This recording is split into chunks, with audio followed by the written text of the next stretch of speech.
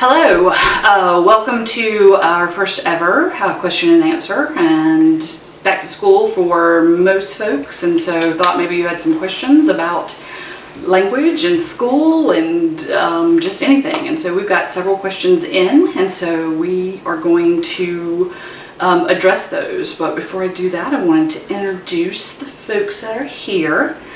And I'm Cara. I am the Executive Director of BeginningsSC, and I'll be adding the educational perspective to this question and answer. I was a teacher of the deaf for 20 years before I co-founded Beginnings, so I've got some experience in my belt. And with me is Jocelyn Ross. That's right, I'm Jocelyn Ross. Pleasure to be with you all. I'm a parent. My daughter has bilateral cochlear implants now. She just advanced to 4th grade.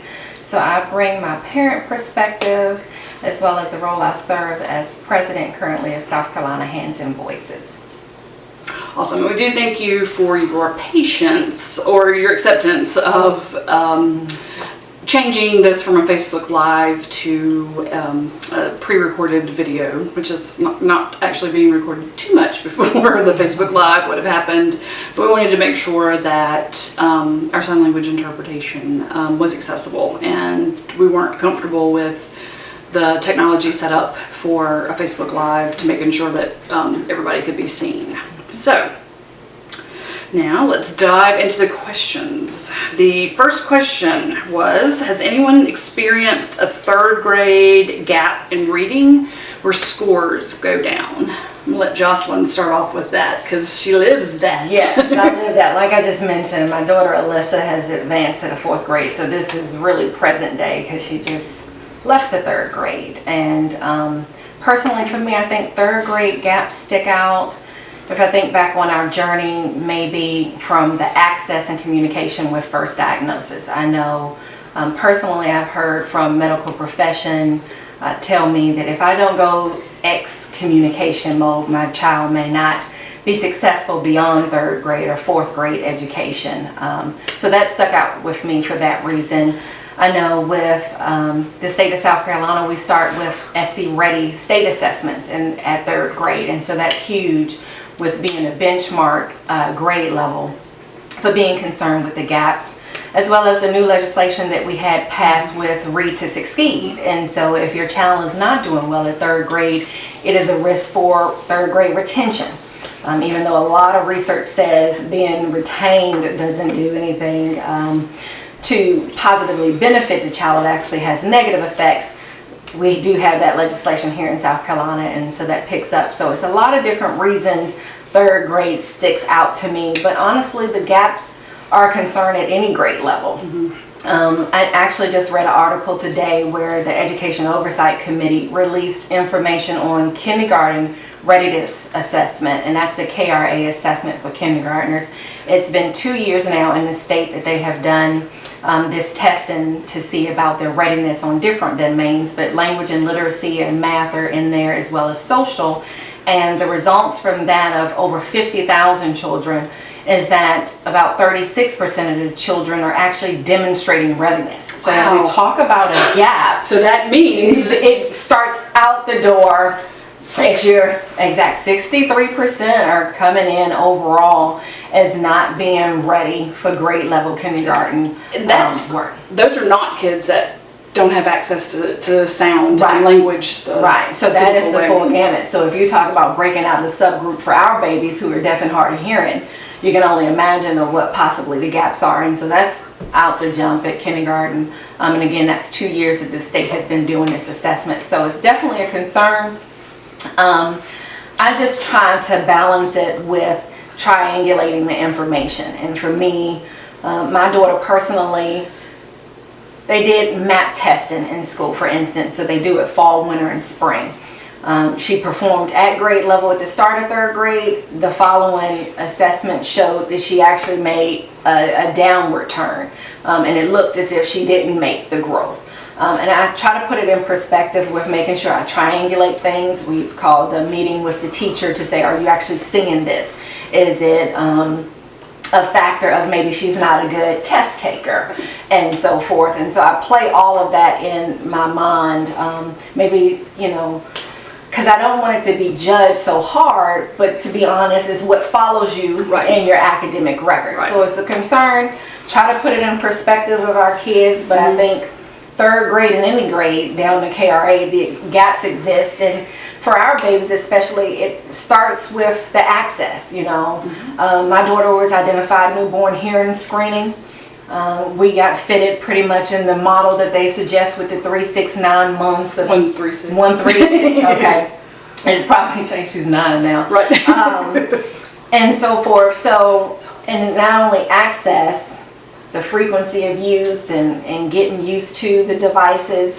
So just when you come home with your device the first day is not true access, because we had to go through a period of time of, baby, keep these devices on, and what type of cover up could I do to keep them in? And so all of those factors with the listening bubble, and I can't talk to my daughter enough in a day because most of the language comes from incidental, over 90%. So if you factor in our children having a hearing loss, they're missing a lot. They are.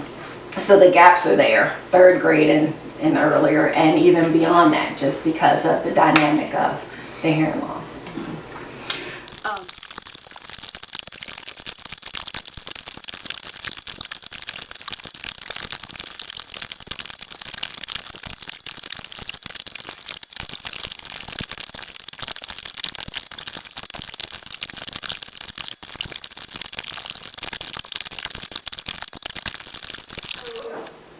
One of the things after getting a comprehensive evaluation and making sure that the comprehensive evaluation is done by people who know hearing loss, know children's development that a deaf and hard of hearing children would have, then you're able to get information and be able to target structures, target those Swiss cheese holes at home and at school. So what to do about it? And this goes for a kid who is signing and a kid who is doing listening spoken language or anywhere in between. You've got to increase language. You've got to introduce new words and continually introduce new words and phrases to your child. One of the things that we started doing at Beginnings was creating language labs, because we had a Ling Thesaurus who was the father of oral deaf education, but he made a thesaurus of all the words that a kid needs to learn by the time they're 8. Hello, third grade reading. And it's not just oral, those are the words that are in print, that are in school. And so we started making language labs to make it more accessible. And so maybe there's one on vehicles. And so you get the language lab on vehicles, and they're different parts. There's phase 1, 2, 3, and 4. And the first phase is not just on that one sheet of paper, but throughout the whole thesaurus, kind of like a compilation of all the words a kid needs to know. The first phase is the 500 most common words. So, starting with phase 1, making sure your child knows that. And that doesn't mean hold up a flashcard. That means go get some trucks. Go get a book about trucks and work trucks and talk about them and see what your child can tell you. Oh, that's an airplane, that's a helicopter, that's a moped. And you want your child to expressively be able to say the word, and then receptively what they're able to understand either when you're signing or when you're talking. You want them to understand both ways. And so, if you went to our website, got a vehicle language lab, you went through, your child knows all the words in phase 1. All right, well then work on phase 2. And if they're missing 3 words, maybe they're missing ambulance and bicycle and helicopter, then during your day, every single time you see a helicopter, you talk about it. Maybe you're driving over a bridge and you see a helicopter, and so you say, wow, there's a helicopter. I wonder why it's on the lake. I wonder if they are, wonder if it's a news reporter who is looking to see what's happening. I wonder if it's somebody who is paid for a helicopter ride so they can see the lake from high above. So you're explaining things and you're using those words over and over. And that's the part that helps stimulate the part of the brain that remembers knowledge. It helps build those, like that bookcase, in their brain. And so once you do helicopter, then do ambulance, or do all of them. Get books from the library, look at videos on YouTube, and talk about it. Less on the flashcards. I'm not against flashcards, but to have language, so it's language and not, I've studied this on this side of my brain, but you want someone to have natural language. And so being able to talk and talk and talk, or sign. When I say talk, I just mean like talk. Sign, just making sure the communication is there. All right, so thanks for being patient. We had to switch recording devices. And so the whole part before was one answer to one question, a long answer, just to make sure that we set up the basis for language development and the way that it impacts so many different areas. So question number 2. Does anyone have any advice or games to promote past tense verbs use? And so I'm going to let Jocelyn start with that.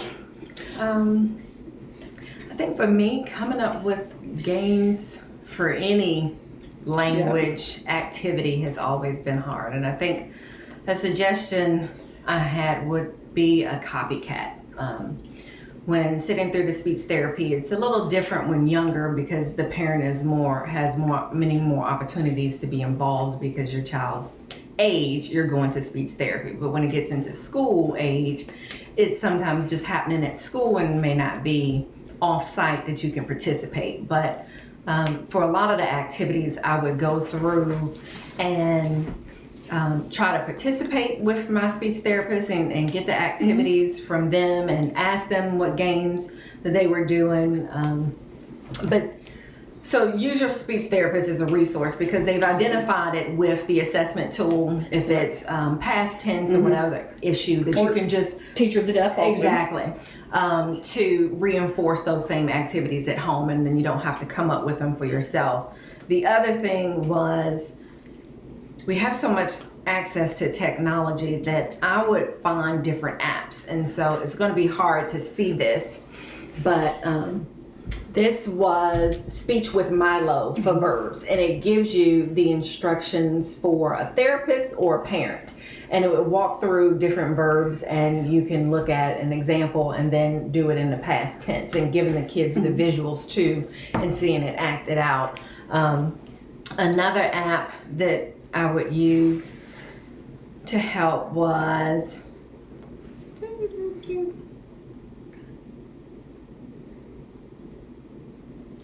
Phonics Studio.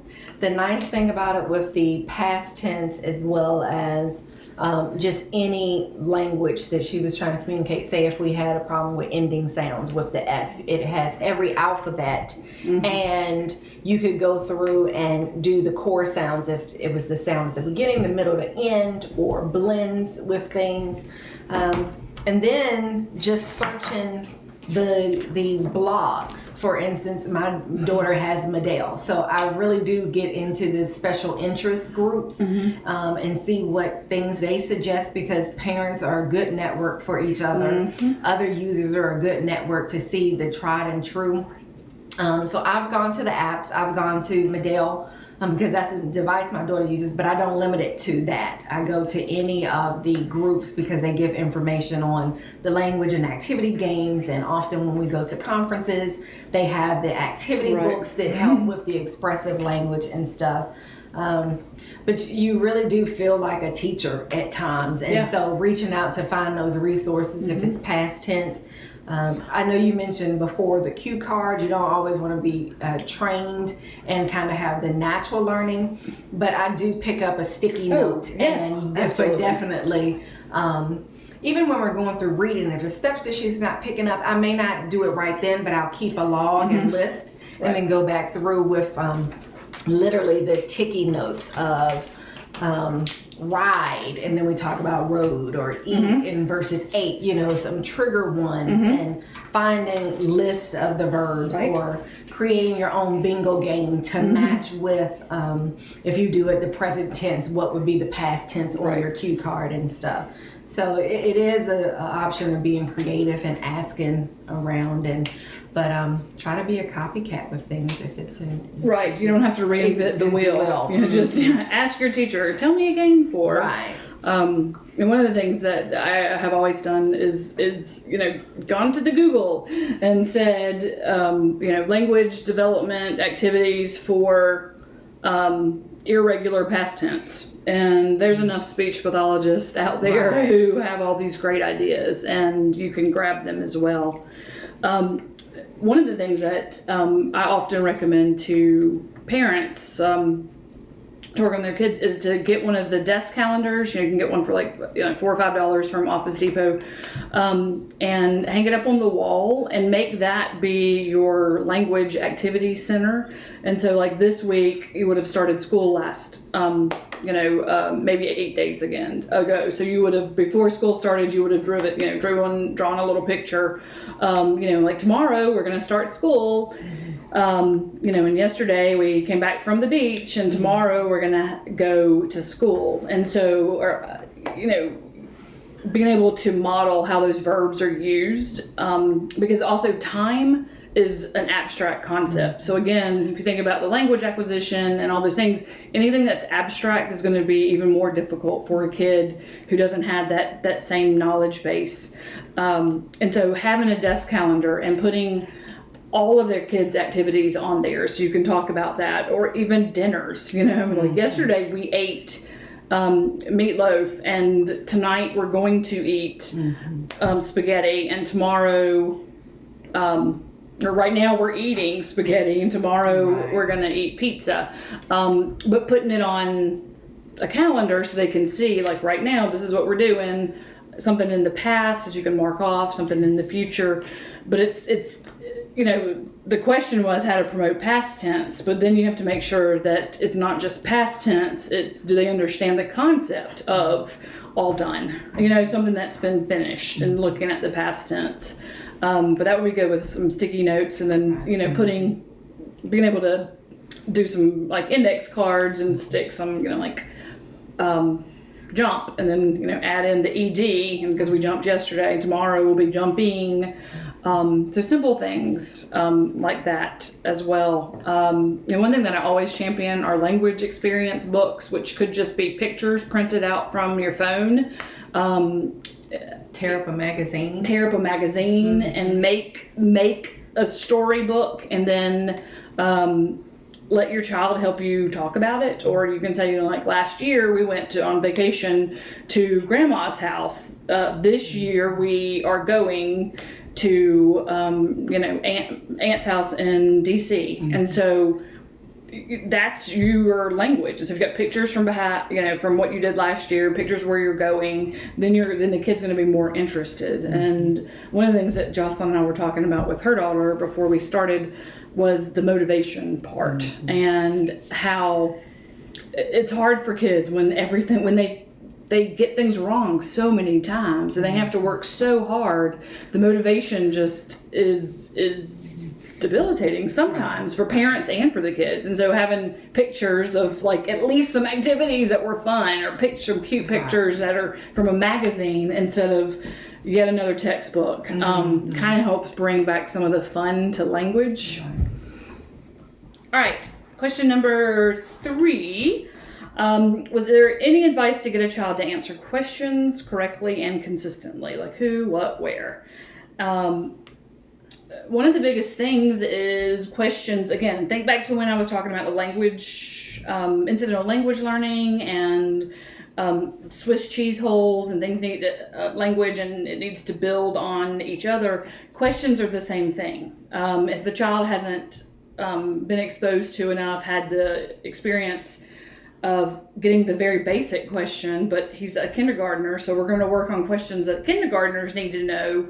He's not going to understand those because he doesn't have the foundation that was earlier. And so I have a file that I printed. It's a parent handout from an educational resource that has the list of the questions that I'll post. I'm going to post several links to some of the things that we've talked about afterwards. It probably won't be tonight, maybe tomorrow.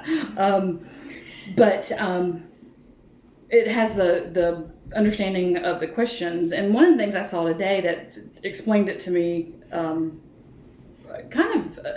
it was just a different way of explaining it, was so we have the question, so it's not necessarily thinking the who, what, where, but remember the concepts. Remember the child hearing 3 out of the 6 of the trucks. So they have to understand what the question word is. They have to understand the grammar in that question. They have to understand every single vocabulary word.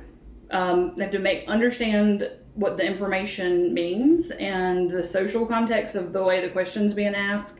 Then they have to formulate a response, put the words together, and give a response. And so that's something, some of all those processes we don't think about. And I want you to talk about Alyssa and her speech. Right. And when I was thinking about this question, I had to think back on my daughter and some of the things that we noticed. And going back to the beginning when she first received access with her hearing aids or with it was the cochlear implants, but she was young because we were identified at the newborn hearing screening. And so often to get the feedback, we would have to do games with her to tell if she was hearing. So a lot of her beginning training was that do something and I want an immediate response. Did you hear this? Oh, good. Then put this block in the box. And the responses had to be so immediate and you got praise afterwards for it. And it was a lot of that, did you hear this? Put it in the box. And so I found that sometimes her question answering is because maybe it was just the conditioning of her learning. I asked you something, so you want an immediate response. And I find myself telling her, Alyssa, stop. Calm down, think about the question. You do not have to answer it right away.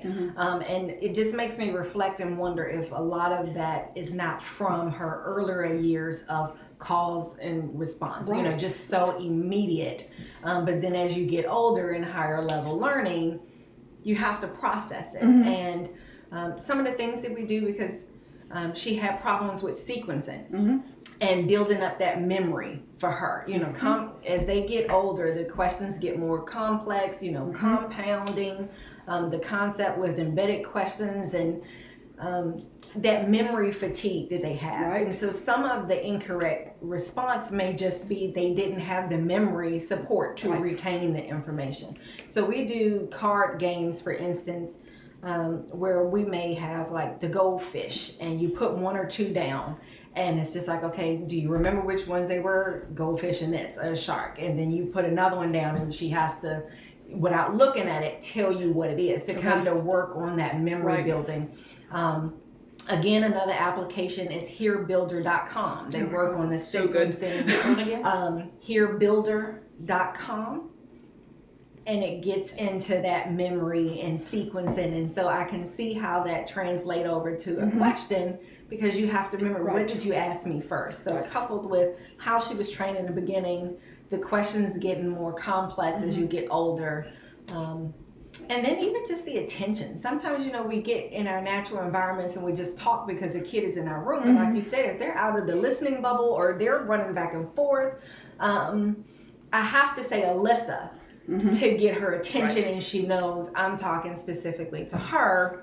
Versus I just start talking and she's like, I'm in my own world. Exactly. And I'm like, Alyssa, so, you know, and she may catch parts of it or something. And we see those strategies in school with the teachers and not calling on her all the time, but it may be Bobby who's next to her and how you restate things. And sometimes it's not always just taking their first answer. But like, so what did I ask you? Have her tell you back to see, did she actually miss all of the question or part of the question to see what it is. But those were some of my initial thoughts with that. Oh, absolutely. And you mentioned Hear Builder, and we don't get any money from that, but I have recommended Hear Builder to so many. It's a super duper publication, and parents can get a year's access, and it's 4 components. It's like auditory, listening, phonemes, sequencing, and number memory, I think. And so it builds up that auditory memory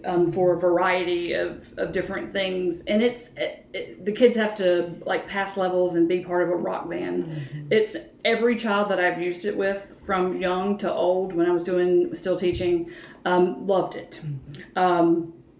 And so I know that you've used it with Alyssa, and I think it's $59 for a family. It's much more expensive for a teacher to use, but they do have a discount. And I think you can even get a trial for a week, and so like to see if your child is interested, or if you can like look at the different components.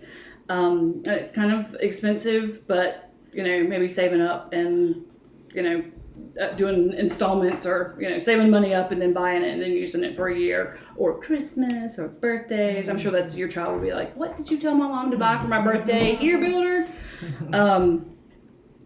But it's really good. And that leads us to the last question, was how do you get a deaf child to excel with phonemes? Again, part of the Hear Builder suite is part including phonemes. And that question specifically, I think I'll respond to the email and find out a little bit, the parent who sent me that, just to find out a little bit more of like what parts is the child missing, because the phonemes could mean so many different pieces. It's, is it new words, word families, is it blending words? So I'll get a little bit more information from you if you're watching, and get back in touch with you. But again, hearbuilder.com is fantastic. There's another one that is new. It's been new since I wasn't teaching in a self-contained classroom. It's Bedrock Literacy, and that's BEDROCKLITERACY.com. And Carter Hears, one of the groups in South Carolina that does education for deaf and hard of hearing children across the state, just has been doing an educational series. And the first speaker that presented was Christina Perry. I know I'm butchering her name because that's what I do. And she wrote the Bedrock Literacy, and there's a much reduced cost for parents. And so I'm going to reach out to her and see if there's some training on the parent side of it, because it's really comprehensive and works for listening and spoken language. It works for signing, cueing, but really get to the heart of understanding the comprehension piece. And it has like writing and reading and vocabulary, grammar. Okay. So stay tuned. Hopefully we'll have some more exciting stuff with that.